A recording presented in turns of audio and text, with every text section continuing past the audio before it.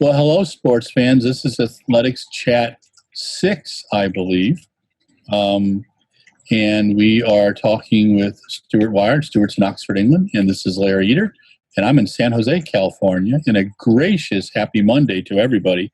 And Stuart, don't pass out, but literally just before we went on the air, I sent you a list of topics today. Now, next week, I promise I'll be 2 hours early, okay? Right. So, but I think the progress is that I actually wrote them down, which, kind of keeps it interesting. The Impossible Games, did you get to watch any of that? Yes. Yeah. And your thoughts? Well, Larry, the first thing you have to say about the Bislett Games is that the athletics is good, but the strawberry party beforehand, in that amazing City Hall where they host the Nobel Prize ceremonies with it's okay to watch the athletics, but if you don't get the strawberries, it's not quite the same. So I have to tell our dear readers that every time you would go to the Bislett Games, you would write glowingly about the strawberry party. And I first heard about it when Steve Cram, I think, talked about it in the late 1980s with Kenny Moore, the writer for Sports Illustrated. And I remember asking him about it. He just said it was glorious, And you are right. You had lovely pictures of that place, and I would have loved to have seen that. I hope they had like a virtual strawberry party, Maybe there's strawberries and you could run in, grab some, and then go back to your place, Yeah. But on the Impossible Games, you will be aware that in the early part of the last century, they used to have handicap races. Yes, which is what I want to see come back. Yeah. Yeah, well, I think we may have to, because you see, the Kenyans were running at altitude as against the Ingebrigtsens, who were at sea level. Yes. And in the pole vault competition, Mondo had a normal run-up, while poor Levillani, his yard isn't big enough for him to the full run-up. So he was jumping off a shorter run-up, which therefore I think somehow we need to have a formula which will convert. Yeah, there was a guy named Lon Myers in the U.S. who ran for the New York Athletic Club and then went pro. And he used to do these races where he would run a full 400 and they would handicap people 55 meters, 70 meters, 100 meters, and he would catch them and he would make money, And sorry about that. I thought my lovely phone was off, and it likes to do things where we will now. Oh, I just know what I need to do. If I just put on the little airplane mode, which I haven't had to do for a while. And we're good again now. Sorry about that. What is an airplane? Could you just remind me? Yes, I had only been on one since March, which was really strange. I went 2 flights. I went from Madison to Denver, about 1,000 miles, and then went from Denver to San Francisco, another 1,500 miles. The first flight, they moved me up to first class, which was nice. But there were 3 guys in first class and 9 seats open. It's just it's a very strange world to fly. And Michael was flying yesterday, our production manager, and he said that in Denver, it was like nothing was open in the airport. And most people, thankfully, are wearing masks. Although there is a whole, conspiracy thing in the U.S. My favorite conspiracy is that aliens brought COVID to us. Now, I must tell you that 26% of Americans believe that Elvis is still alive.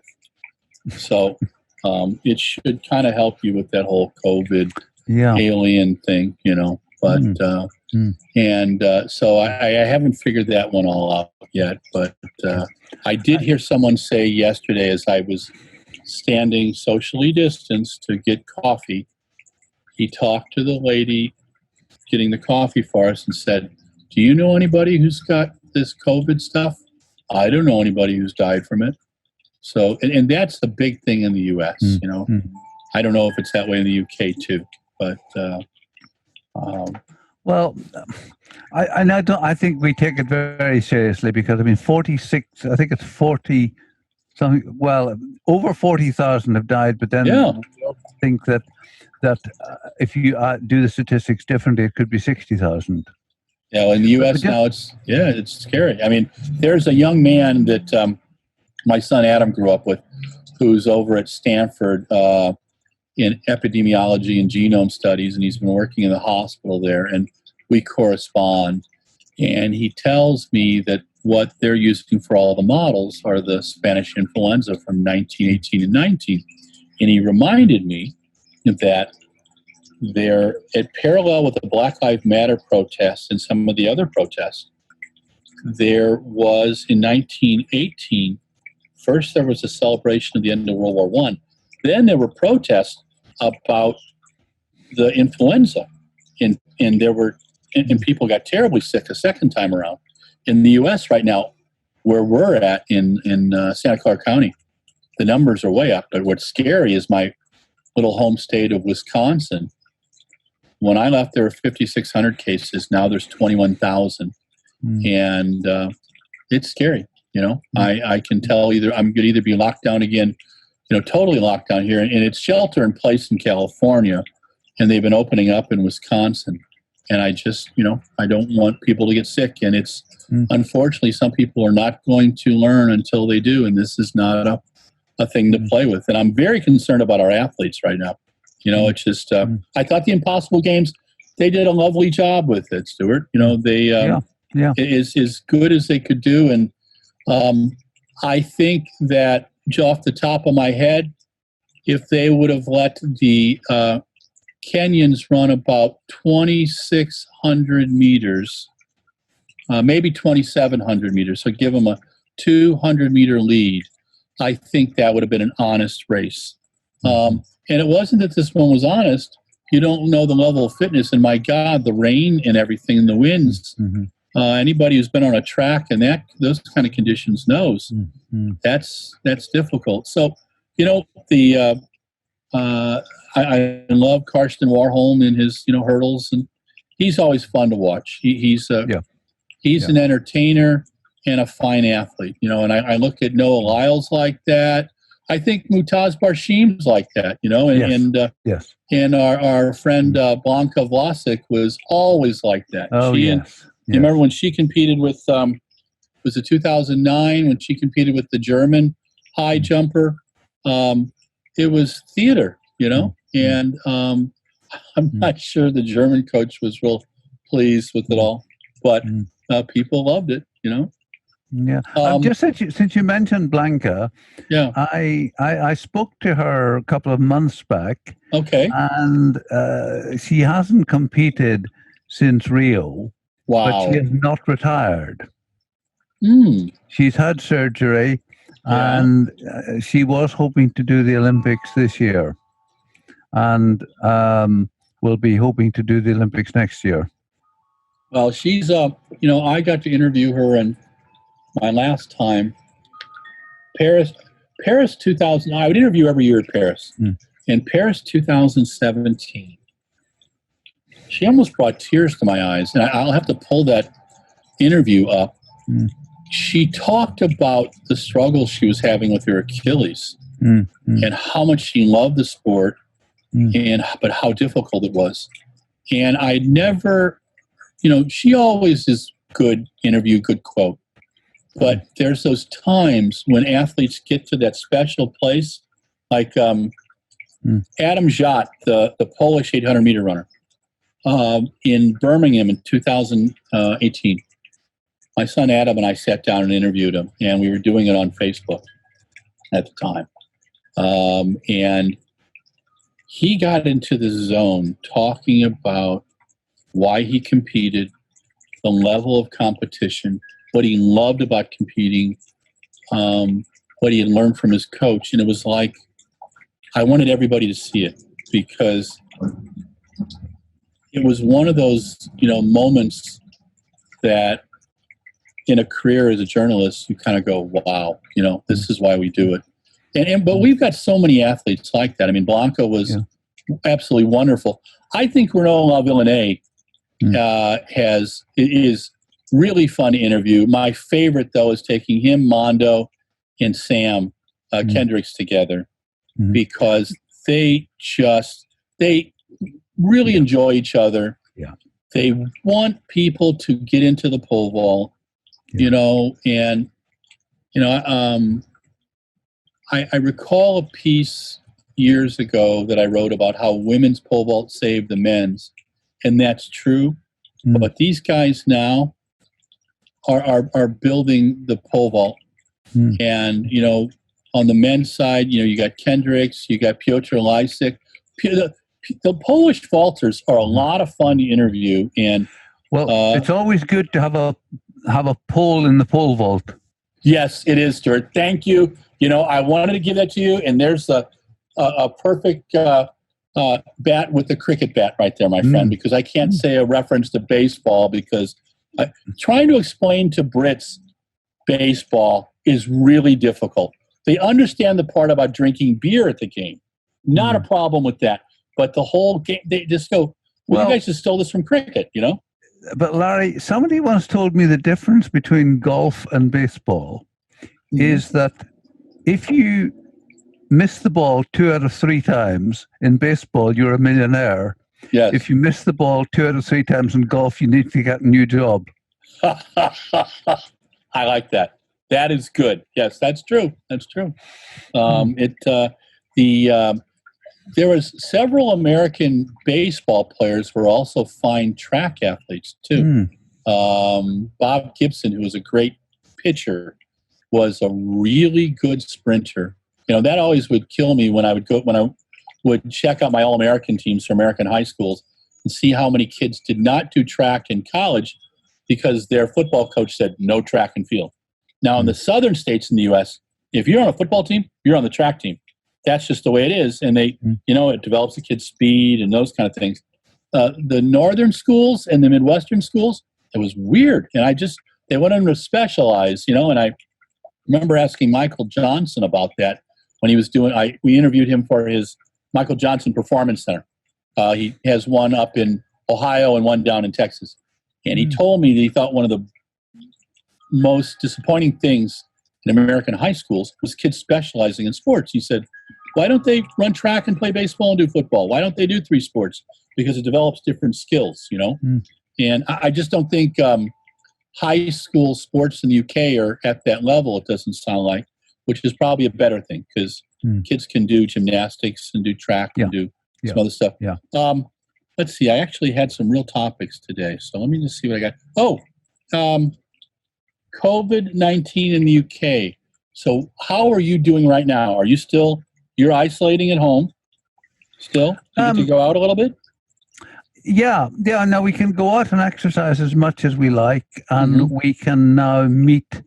For example, I saw my grandchildren for the first time last week. That's great. Cool. We can meet outside, but not indoors. And as of today, non-essential stores were opening. Okay. And our good friends Nike created a riot in London by doing all sorts of offers, and hundreds of people were waiting to get in when they opened. Social distancing went out the window. Wow. What? How is your daughter? Is a medical professional, correct? She's a physician. Yes. Have you been able to see her? Well, yes, I saw her briefly. Good. With the grandchildren. But she is in the southwest of England where they have not really had a peak, and she was on the COVID team for a period. But then they took her off because at one stage they had 300 beds for COVID and 45 patients. Wow. And somehow in that part of England they never had the peak. So it's that's what we had in Wisconsin. Yeah, London has been by far the worst, and the northeast and the northwest of England worst. But it seems as if the numbers are going in the right direction. But then, of course, just today we've heard that China, having had nothing for 2 weeks, had suddenly had a fresh outbreak.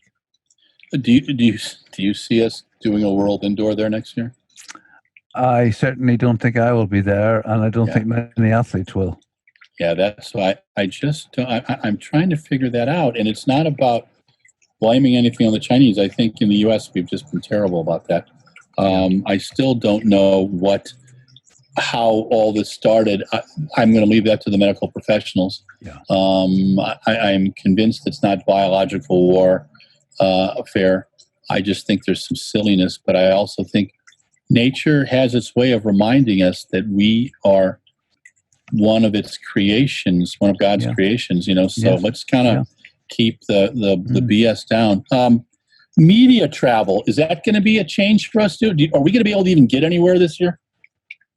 Well, at the moment, the official government policy for us is no non-essential travel. Okay. So as long as that lasts, I mean, to me, the first question is, we've seen this revised Diamond League schedule.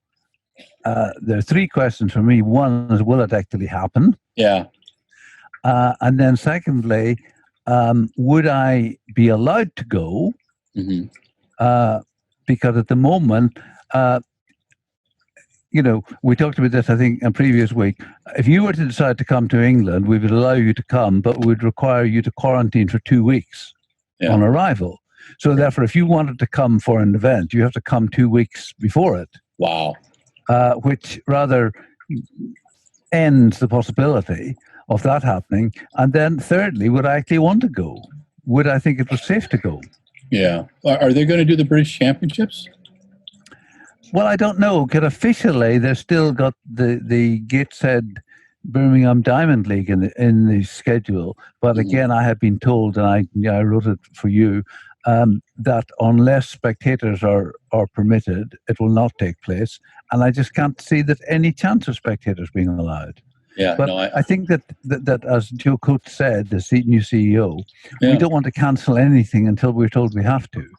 So what is the point of doing British Championships so that people who win will not qualify for the European Championship or the Olympics because both have been cancelled? Yeah, no, that's the whole. And today, a candidate for city council in Tokyo, Mr. Yamamoto, famous name, he noted as part of his campaign that if he is elected, he will vote to cancel the Olympics. And one wonders, we're hearing about that, obviously, but we're also hearing the same thing in Paris. My friends in Paris are saying, all the left parties are just going, yeah, good luck. And Guy Drew, the 1976 gold medalist at the hurdles, he just doesn't think that the IOC is prepared for any of this. And I wonder, you're going to be spending, they're spending close to, several $100 million on security. They're going to be doing the same thing now for this. And so how do we, without the supposed herd situation, immunity. Oh, and the other one in the U.S. is that that COVID's been created so that we could vaccinate everybody. Because, there's a whole group of people over here who are terrified about vaccinations. And I can understand some of that, but it's gotten out of hand. And apparently 46% of Americans are concerned about it. And I'm just like, okay, there's more things in the world that I can deal with right now anyway. Next one, doping issues. Ms. Al Nasir, the 400-meter champion from Bahrain, that we were all, I have to admit, I can't talk for anybody else. I was surprised when she beat Shawnee Miller-Weibo. And I asked Shawnee afterwards, and Shawnee paid her wonderful compliments. And I asked Lance Brauman, her coach, and Lance said, look, Shawnee just didn't think she had another gear. Didn't think Al Nasir had another gear, and she sure did. Now, her tests were done after the Olympics, but there were 3 tests over 2 years. Now there's 4 tests. So pretty sure she's going to be banned for a couple years. But she made this lovely statement to, I think it was Inside the Games, where she said, well, missing 3 tests doesn't mean you doped. Now, I know. She also said that is normal. Yeah, normal. And I remember our friend Christina Haragu had some issues with tests, and I defended her back in 2007 or 8. I remember, 7. And I remember talking to her, and her manager said, hey, Larry, just go talk to her and find out about it. And I understood that it sounded like there was some real circumstances. And I know Mo had some issues. Mo Farah had some issues too. And the British press was all over him. This one sounds pretty clear cut. And, I have a real trouble now. There's been 4 Bahrainian medalists who have all tested positive after their events. We can't take the medals away. Yeah. But boy, does it stink up the room. Yeah, but I mean, I think that one thing that I didn't understand about this until I talked to athletes about it is you hear an athlete has missed 3 tests, and you can easily think, oh, so the athlete has avoided tests and not been tested at all. But I mean, actually, the last one who got down to missing tests was Brianna Rollins, Brianna McNeil. Sure, yeah. Who was, and 2 of those, one she was in the White House being celebrated by President Obama, and another one she was at a ceremony in the small town where she grew up. But of course, she'd been tested 20 other times during the year. Yeah. So it's not as if somebody who misses tests is avoiding being tested. And I mean, I think this is one of the issues that there have always been within the sport athletes that other athletes suspected were using some kind of performance-enhancing substances and were getting away with it. I just recall in 2012 in that women's 1500, and the race was finished and the Turkish athlete had won. Yes. Yep. And I was with an IAAF person, and I remember going to that person and I just said, this is bullshit. And they smiled at me and said, we've been looking at this person for 6 months. And I said, yeah, but they just ran the damn race and they're going to take a gold medal, And that's my issue. And the problem with the problem with all of this is that we have, like El Nasir, within minutes of her winning the gold medal, I was told she had not been tested in the last 6 months before Doha. And then it came, a couple news organizations came to me and said, well, she hadn't raced much. And for the Bahrainian athletes, they're not doing much testing there. And I'm kind of going, I recall a year where, Mo was tested 19 times in the U.S. And a couple of the other athletes in the Oregon Project were tested 20. Yeah. I remember Jackie Joyner-Kersee telling me one time she got tested 17 times in 22 weeks. Yeah. And I'm just kind of going, wow, Yeah.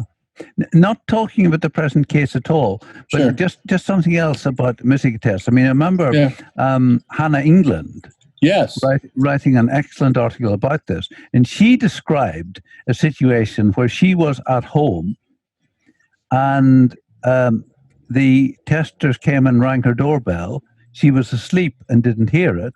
She said, fortunately, my husband was at home and he heard it. Wow. But so it is actually possible to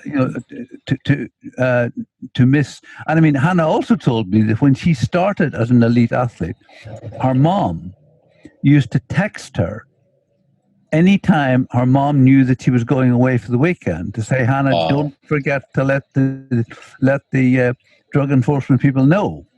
Because again, simply forgetting to say that you are now not going to be at home at the designated time. Yeah. I mean, I sometimes describe it to people. Let's say, Larry, you and I agree to meet in Starbucks. Sure. And while we're on our way to Starbucks, I text you and say, look, it would suit me better if we could meet in Costa rather than in Starbucks. Yeah. If you're an athlete, you then have to remember to stop, contact the drug authorities and say, I told you I would be in Starbucks, well, likely I'll be in Costa. And so it's very easy to forget to do that. So it is certainly possible for an athlete very innocently to miss. And I just don't know. I mean, I think that I think that circumstantially there are questions about the athlete we're talking about, but circumstantial evidence isn't. And I mean, again, you see, certainly we know that the efficiency and professionalism of testing varies greatly from country to country. Yeah, and I mean, I remember at the Rio Olympics, I found myself sitting next to a Russian tennis player, just in a social situation. And she said to me, you know, what I find really frustrating is that everyone assumes because I'm Russian, I'm a drugs cheat. But actually, I play mainly in the West, and I am tested in America, in Germany, in England, in Spain, when I play tournaments. And to me, the frustration is that one knows of certain athletes who have been innocent and have been banned for missing tests, and yet at the same time, one suspects that other athletes are winning medals and are not being caught, are not being banned, or have won medals and are banned but not going back far enough. No, I see those points, and I know that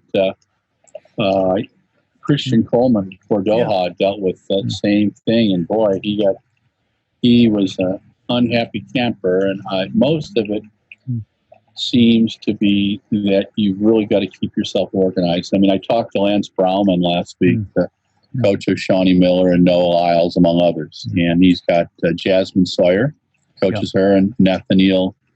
It's Nathaniel, correct?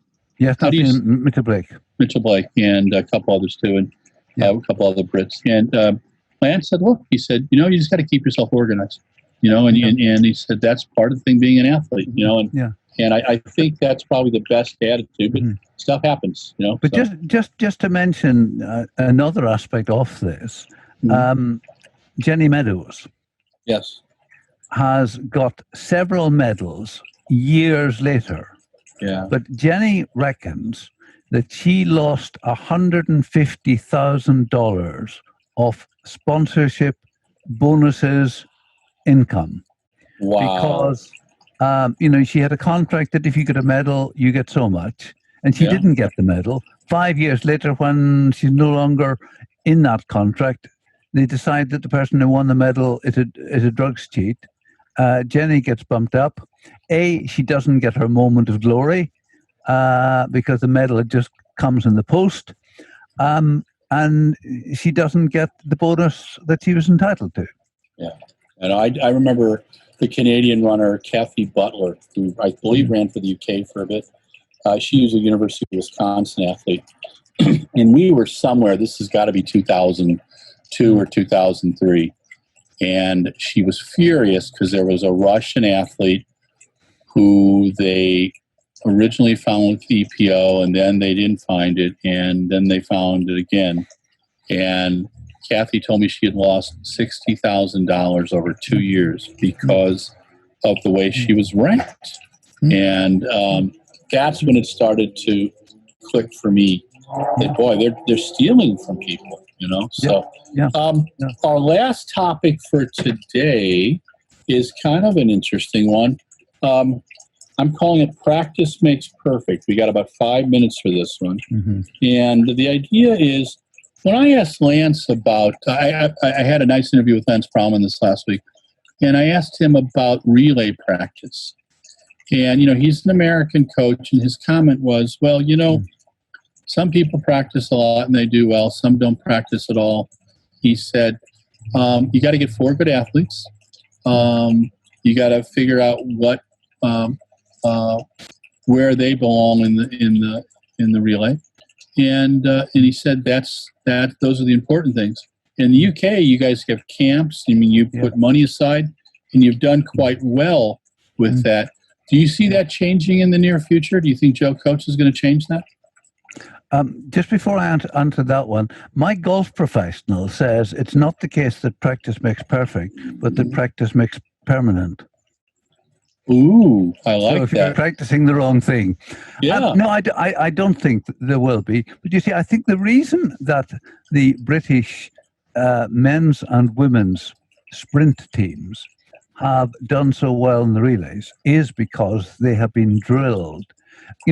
They are saying, look, our 4 athletes are not as fast as the 4 Jamaicans or the 4 Americans.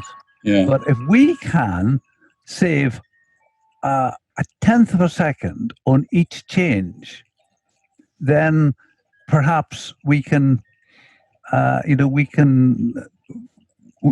beat people who on paper are faster. I mean, if instead of doing the relay as a relay, if you did it as having everyone running 100 under normal 100-meter races and add their times together, I have no doubt that the Americans would beat the Brits every time. Mm-hmm.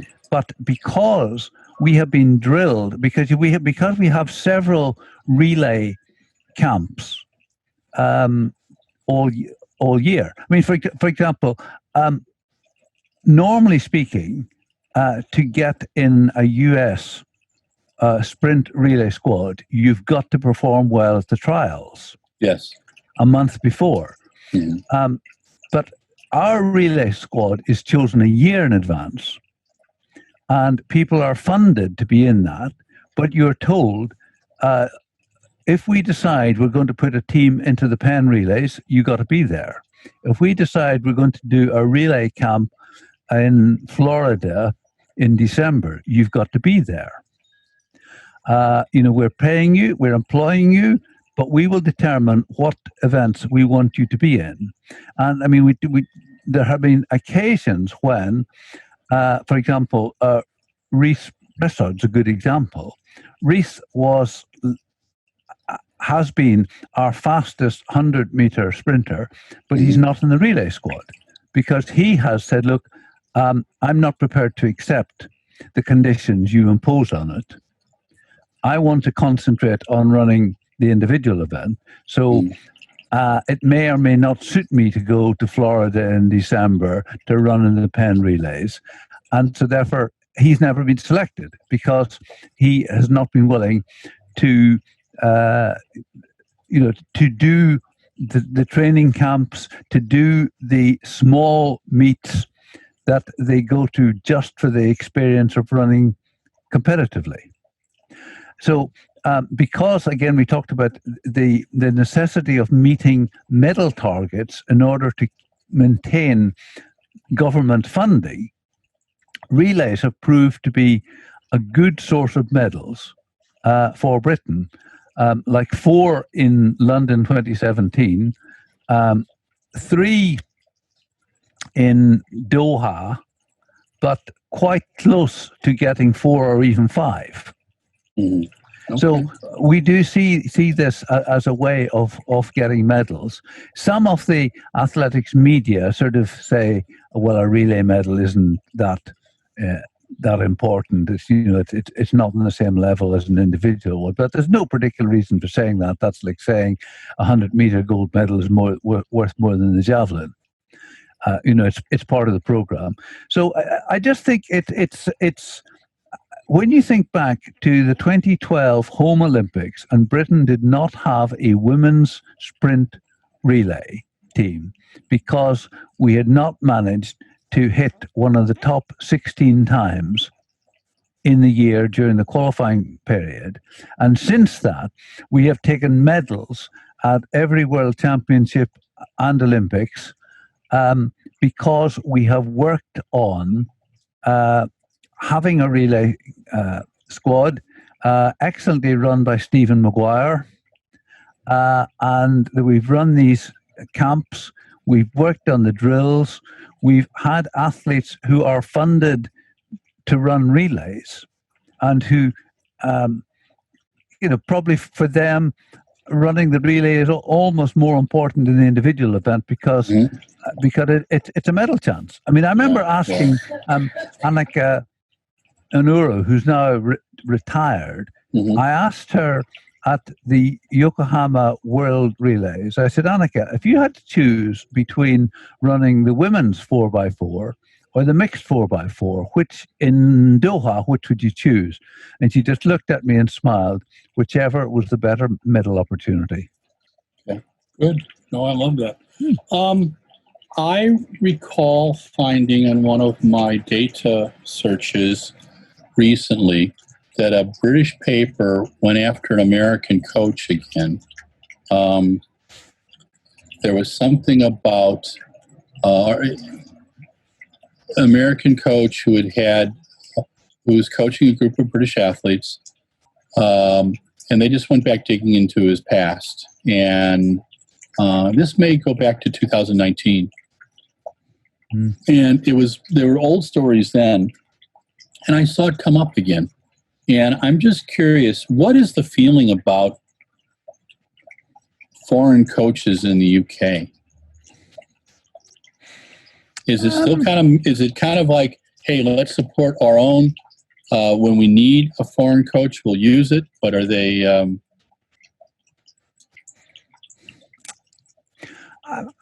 I don't know that is the case. I remember Dan Pfaff saying to me when he was working in England that his experience in America was if an athlete decided to change coaches, that was no big deal. But coaches in England, he said, seemed to be very protective of their athletes. And if one of my athletes decides to go to you, Larry, I may accuse you of stealing my athlete. And that he said at times, even when he was in a managerial role with British Athletics, there's some coaches didn't like him watching their sessions. We're going to have to move this into the next one because we're down to less than a minute. Stuart, thank you so much. We've filled up our 40 minutes of time. Have a wonderful week. I'll talk with you next Monday at this same time, and we'll start with this topic, okay? Thank you. All right, Stuart, cheers. Talk to you soon. Bye now. Goodbye. Bye, everybody. Well, hello, sports fans. It's Larry Eater, and you're having a cup of virtual coffee with me as we do the epilogue on Athletics Chat numero 6. Can you believe it? We've been doing it for that long. Yum, yum. I have my father's Keurig machine. I'm going to have to put some peats in it soon. Actually, the coffee that I love the most is at Trader Joe's, and it's just called a dark cup of Joe. And it's $3.99 a pound. Not working? Yeah. I'm just going to correct you. It's episode 5. Oh my God. I called it episode 6 at the beginning of the last one, did I or not? You did. I wanted to stop you so you could correct it. All right, thanks. Then let's fix it. Okay, and then I will apologize on that. Okay. No issue. All right. So yeah, same as, and that countdown was perfect. So feel free to do that again. 10, 9, 8, 7, 6, 5. Well, hello, sports fans. It's Larry Eater, and you're having a cup of Joe with Larry's Epilogue. This is for Athletic Chat 5. I called it 6, but I can't count. I went to Catholic schools, and I didn't learn base numbers. So anyway, Athletic Chat 5 Epilogue.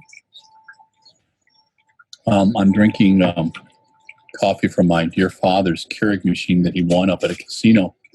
My father was a rather prolific gambler. The thing is, the man would win, and not $100. He would win a lot of money. And when he was alive, I was taking him up. There were months when I would take him up once a week. And it was a nice drive, 2 hours from the Bay Area. And we would go up to Cache Creek and see a friend of his, Tom Walsh, who passed away last year, hang out with him, and then go gamble for a while. And I would write my RunBlogRun stories in the sports bar in the Cache Creek and enjoy their clam chowder. But I've digressed. But hey, that's what I do. Okay, so Epilogue. We chatted with Stuart Weir And just so you know, last Friday, got some time with Lance Brauman, the famous sprint coach, one of my favorite people. A lot of fun to talk to. He coaches Noah Lyles and Shawnee Miller-Weibo, among 24 others. And we'll have him up shortly. Yeah, that's with our socialing the distance. I always call it socialing the distance.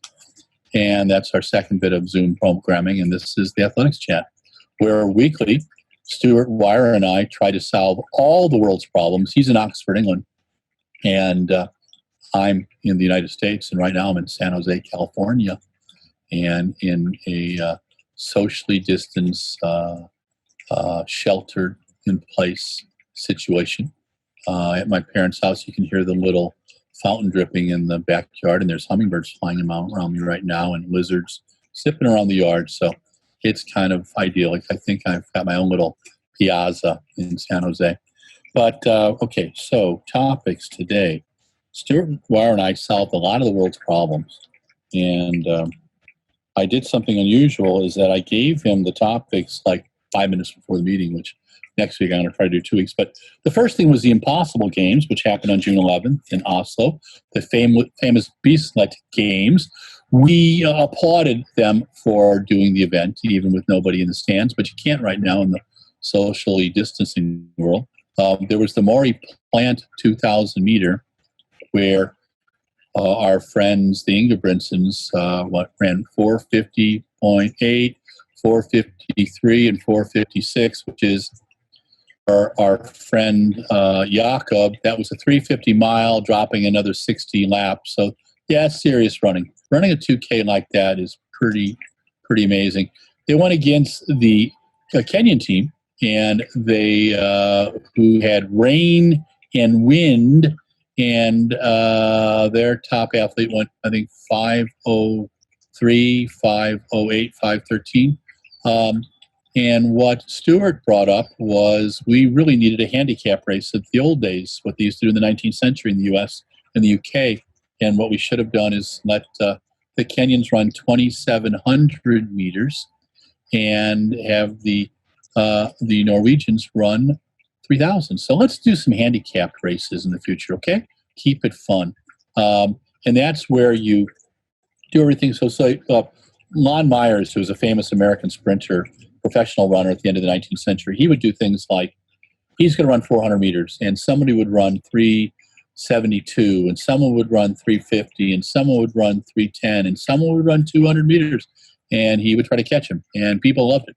And I think it's entertaining, but it's also safety. Let's stay with that.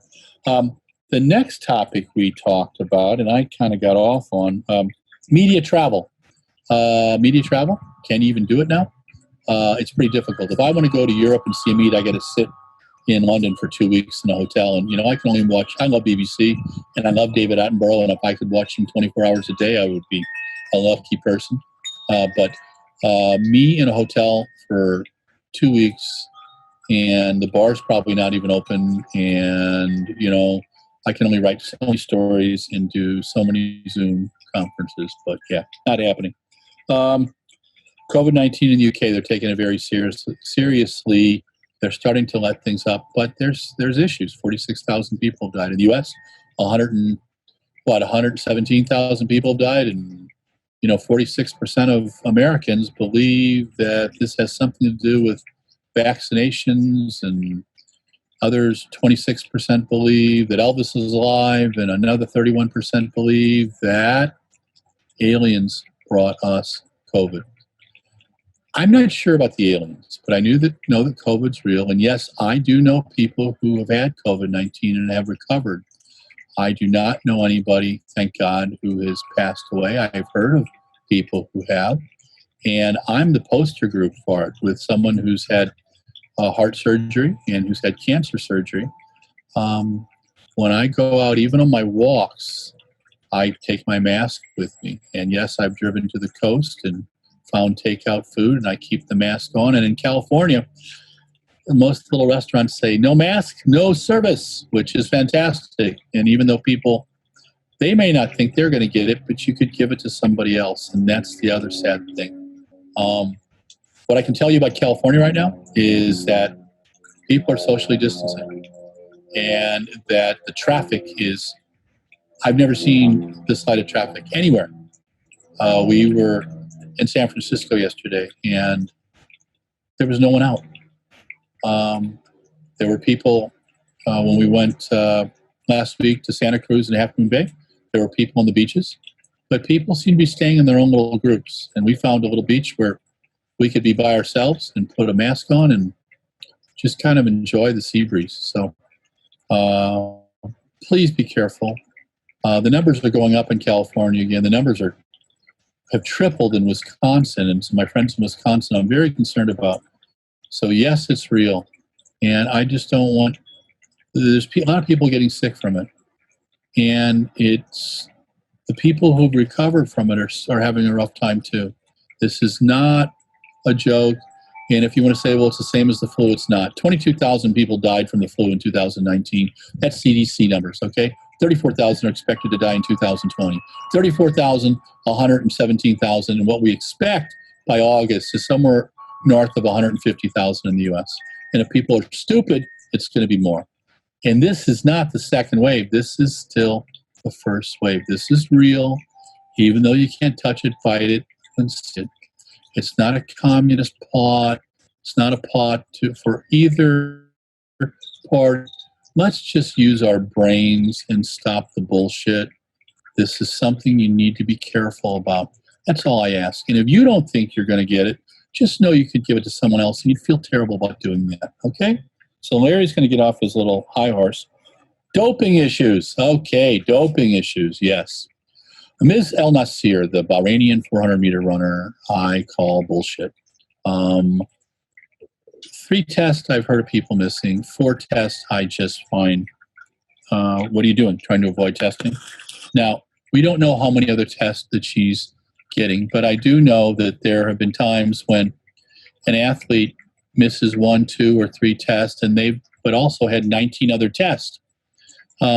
It's about being organized. And I talked to Coach Lance Brauman last week and asked him about it. He said, look, athletes have to be organized.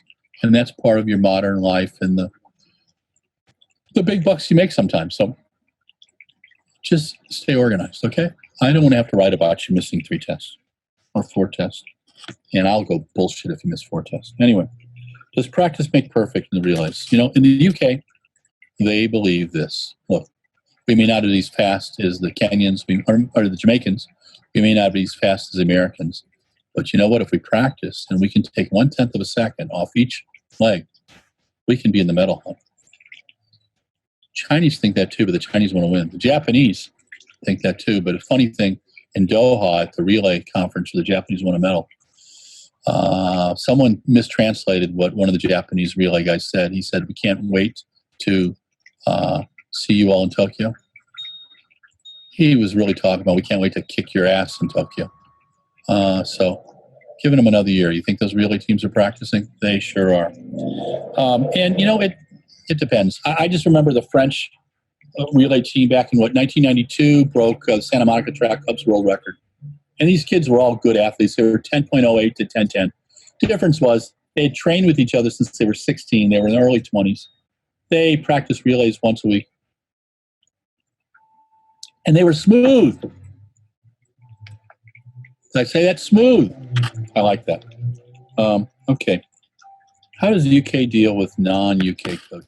Hey, sports fans, boy, there was a bleep there. Sorry about that. You know, sometimes I really digress. I think aliens were responsible, maybe Tralfamadorians. If you don't know what Tralfamador is, then you haven't read Kurt Vonnegut.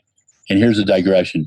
Kurt Vonnegut can change your life. Read Slaughterhouse-Five, God Bless You, Mr. Rosewater, Mother Night, I guess. Of course, it's a Goethe quote, okay? And welcome to the Monkey House, all right? That's my literary suggestions for today. Oh my gosh, I think there's a creature. Oh, it's a woodpecker. That's kind of cool. Anyway, I love little creatures. So what was I talking? Oh, yeah, okay, let me just get back to my little list of things here. Larry was talking about how does UK deal with non-UK coaches? So, I was going through some of my stories. I keep things in archive, and I found a story from last year about an American coach who was being chastised by a British writer who should have known better, who had gone back years and talked about the coach spending some time incarcerated, and also that they had coached an athlete who tested positive, and that they were coaching British athletes. And, do your homework. Before you do things like that, just do your homework. In 2015, I was sitting in Birmingham, England for the Diamond League meet. And there were 36 questions to Mo Farah. And 34 of them were about doping. And that Panorama thing had come out. And, there was things in there that obviously should have been discussed, but they really did a poor journalistic job with it. And Mo was in a place where he felt he needed to protect himself. And I didn't ask him a drug question. I asked him about the 1,500 and the 3,000. He looked at me and he smiled and he goes, "You're not asking a doping question." I said, "No, this is a press conference for your meet." And Cathal Dennehy followed me right afterwards. And Cathal's a tough writer, but Cathal was also there to write about, hopefully, Mo racing the next day. Mo didn't show up in the 1,500. If I had been advising him, I would have told him he should have run the first 800 and walked off the track and said, "Look, I'm exhausted. This shit just emotionally buys me out." And he would have had all of England, all the UK supporting him. But I'm not one of those PR agencies is making $250,000 to tell people what to do. But if you want to, want me to do that, you can pay me much less, and I'll tell you how not to be stupid. Anyway, let's get back to it. Yeah, the British press sometimes gets real hard on about things, and I love the individual writers, but sometimes there's a feeding frenzy. And one of the feeding frenzies is foreign coaches. And there's good coaches all over the place. There's some fine coaches in the UK, and some of them have not gotten the credit that's due. And I think that's a travesty. And there's a level of competitiveness. Yes, there is in the U.S. too. Don't get me wrong. You see it everywhere. But it should be for what's best for the athlete, Sometimes, in the U.S., sometimes the kids change coaches too often. In the UK, sometimes they don't change them at all. And sometimes you need a happy medium. And where does the coach and advisor thing go to? That's always something that I find interesting. My college coach became my advisor after I finished college, and I ran for another 4 or 5 years. And I kept in touch with him and continued to run well. But he had taught me everything he needed to teach me, and we just continued to communicate. And that's what it's about. I remember Derek Clayton, who was my boss. He was the world record holder in the marathon. And he told me his only regret was that he would have liked to he thought Franz Stampfel would have been a good coach for him. And I've heard other guys say that too. I heard that Sir Roger Bannister had expressed regret not having a coach. And sometimes you just need someone to tell you that you're buying your own bullshit. And, my coach is really good. He just looked in my eyes and said, "Yep, easy day." And it worked, and you just need someone to talk you through that. And you can call it coach, you can call it advisor, you can call it friend. But I think 2 is better than 1 in most of those cases. So that's me on the high coaches are really a good thing. And always enjoy talking with Stuart. I learn something new every time. And the final thing that we didn't get to chat about was 2021, where we think that's going. And I applaud VSLET for doing what it did. I think the challenges right now are how do we stay safe and how do we grow the sport? And Richard Perlman, who is a fine journalist in LA and who has a wonderful site, got his hands on a large document from World Athletics about their budgets in 2017 and 18, and how much money they lost, and where things are going in the future. And right now, they need more sponsors. And athletics is something that people can do in the privacy of their own backyard, as well as, but it's more fun when you've got a bunch of people around. But right now, we're in a strange world. This is not the Black Plague, but it could get worse, much worse.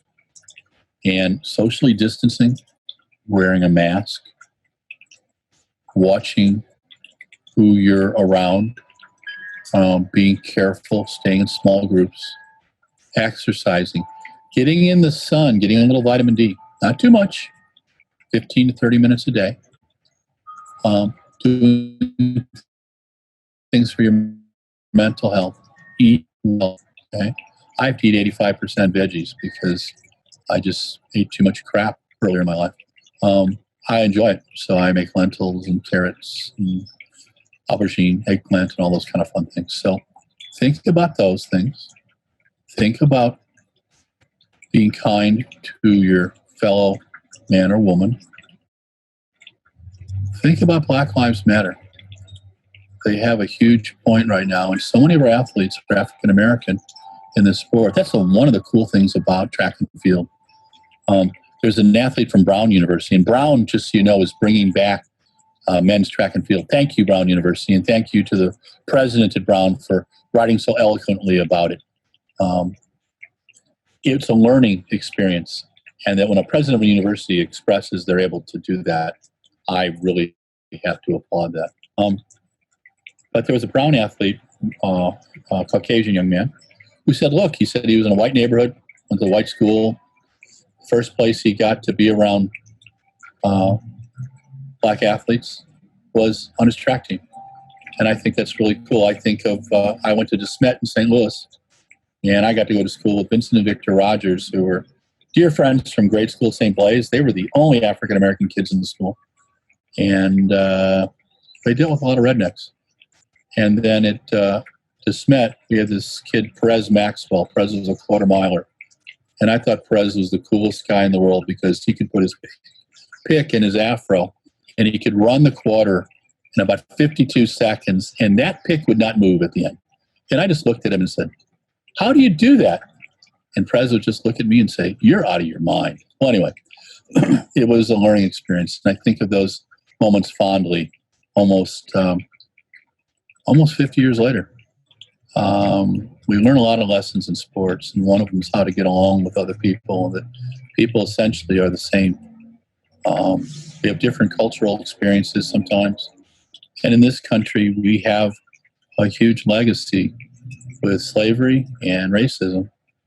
And it's something that we try not to think about, but unfortunately we have to, because some of our fellow Americans deal with it every day. So take a moment and consider the plight of your fellow Americans, and think about them, pray about them, and try to make an effort. Your little efforts make a huge amount of sense. So this is Larry on his soapbox. Exercise daily, eat well, get a little sun, hug the family members you can, call the ones you can't, laugh, find something on Netflix, read a good book. Vonnegut is really good. And read something in paper. There's a paradigm changing thing. Your brain works differently. Sit in your backyard and just have a little time. Okay? This is Larry Eater signing off. And thanks to Mike Deering for putting up with me. And last week, Adam Johnson Eater had to do it too for 2 recordings. But Adam and Mike, they came up with these ideas, and they've been pushing me to do this stuff. And I love doing it. I love talking, as you can tell. But I love it when it's directed at helping you guys, our readers, men and women, young people, old people, crazy people, fun people. Everybody's fun. So just have a good day and watch our podcast, okay? And support our sponsors. Brooks is out there doing a lot of stuff for us, and so is our friends at Nike. Talk to you soon. Take care.